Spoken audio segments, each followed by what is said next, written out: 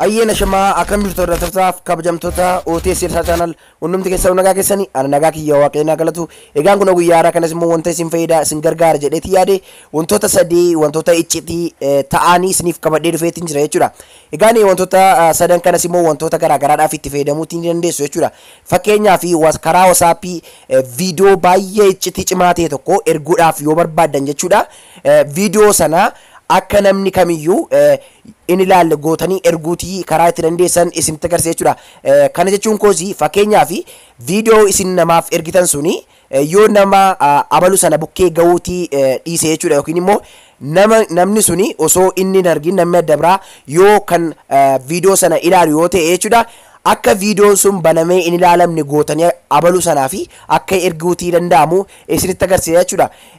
Inni kan biraan immoo suuraa iccitii ta'anii karaa ittiin gara dookumantiitti geddartanii nama sanaa fi erguutii dandeessan isinitti agarsiisa jechuudha.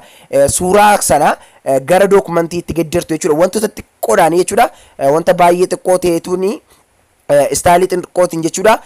Suuraa sana gara dookumantiitti geddartu saniin booda namni isin ergitaniif suni yennaa inni bira ga'eetii jedhu dookumantii itti fakkaata saniin booda dookumantii irraa gara suuraatti geeddeeffata jechuudha. Haala hundasaayyuu akkaataa itti kana hundasaa godhatan isinitti nan agarsiisa. Egaan inni kan biraan immoo jechuudha fakkeenyaaf appilikeeshinii fi wantoota garaagaraa jechuudha. Karaa WhatsAppis ta'ee karaa Imo jechuudha yeroo baay'ee namaaf erguun nuuf hin danda'amu jechuudha. Keessumatti iyyuu karaa WhatsApp appilikeeshinii erguun nuuf hin danda'amu waan ta'eef haala salphaa ta'eetiin appilikeeshinii barbaadanii fakkeenyaaf Imo biyya Dubaayin yeroo baay'ee yeroo inni itti nama jeequtu ni jira jechuudha. Kanaaf ofii keessanii yoo furmaata kan argattan ta'e fakkeenyaaf Imo masala irratti furmaata yoo kan argattan ta'e yookiin immoo wantoota barbaadan kamiif iyyuu appilikeeshinii nama fayyada jettanii yaaddan tokko abbaa barbaadaniif erguudhaaf yoo kaatan jechuudha.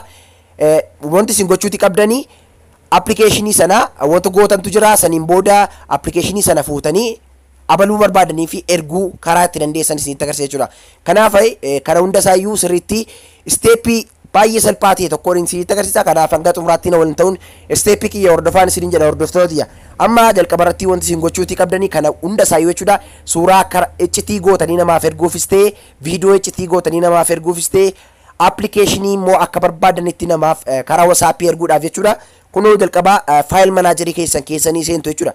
Kunoo faayil manaajarii kanuma bilbila keessanii seentu saniin booda akka kana keessa seentanii kunoo gara lookaalitti ni dabartu yookiin immoo memorii keessan irras ta'uu ni danda'a yookiin immoo qofuma keessan irra ta'uu ni danda'a jechuudha. Kanaaf kan barbaadan irraa ni seentu fakkeenyaaf internal storage qabaanii kana keessa nan seena jechuudha.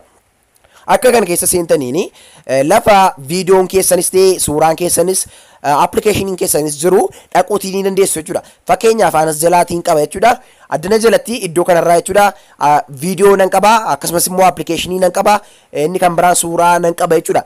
Egaan wantoota kana fakkeenyaaf viidiyoo addana irratti argitan kana viidiyoodha jechuudha. Kuni akkuma addana irratti agartan pilee godhee isinitti agarsiisuu ni danda'a jechuudha.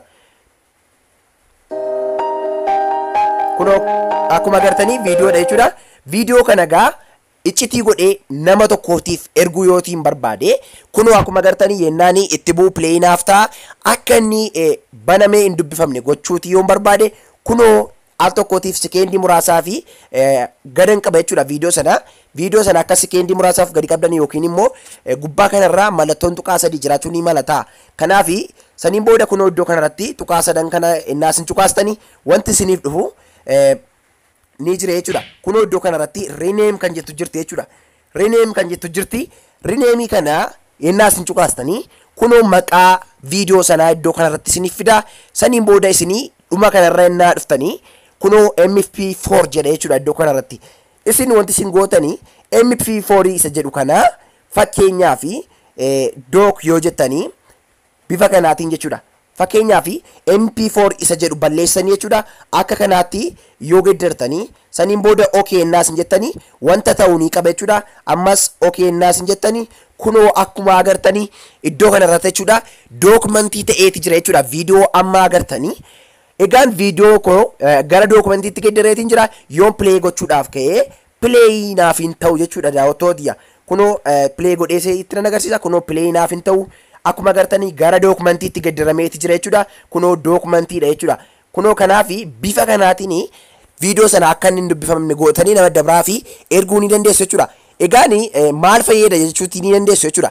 Namni sin ergitaniif sun waan iccitiidha waan ta'eef egaani maqaa kana akka rename gootan itti himtu jechuudha. Saniin booda namni sin ergitaniif sun wanti inni gochuuti qabu baay'ee tokko salphaadha jechuudha. Kunoo akka faayilli kun bukkee ga'een jechuudha. Kunoo video sana innis gadi qabee saniin booda kunoo tuqaasaadhaan kana cuqaasee jechuudha.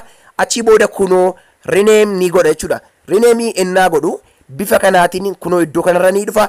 Doc kan jedhu sila MP3 kan jedhu sila gara doc kan jedhutti gadirannee waan jirruufi inni wanti inni gochuu qabu MP4 jedhee innaan ni barreessee saniin booda rename godhee okay jedhu jechuudha. Kunoo akkuma agartanii gara viidiyootti gadiramaaf jechaadha. Kanaafi namni suni yoo bira ga'ee jechuudha bifa kanaatiin MP4 itti gadirata.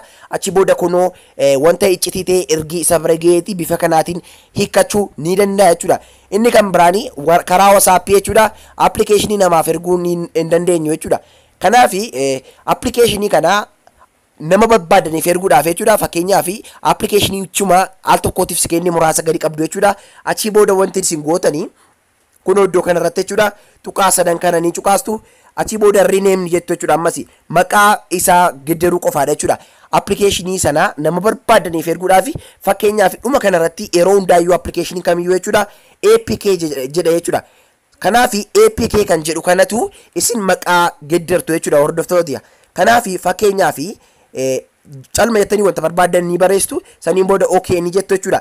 APK kan jedhu bannaan iddoo kanarratti akkuma argaa jirtanii applicationii suni badee install in ta'u jechuudha daawwattoota.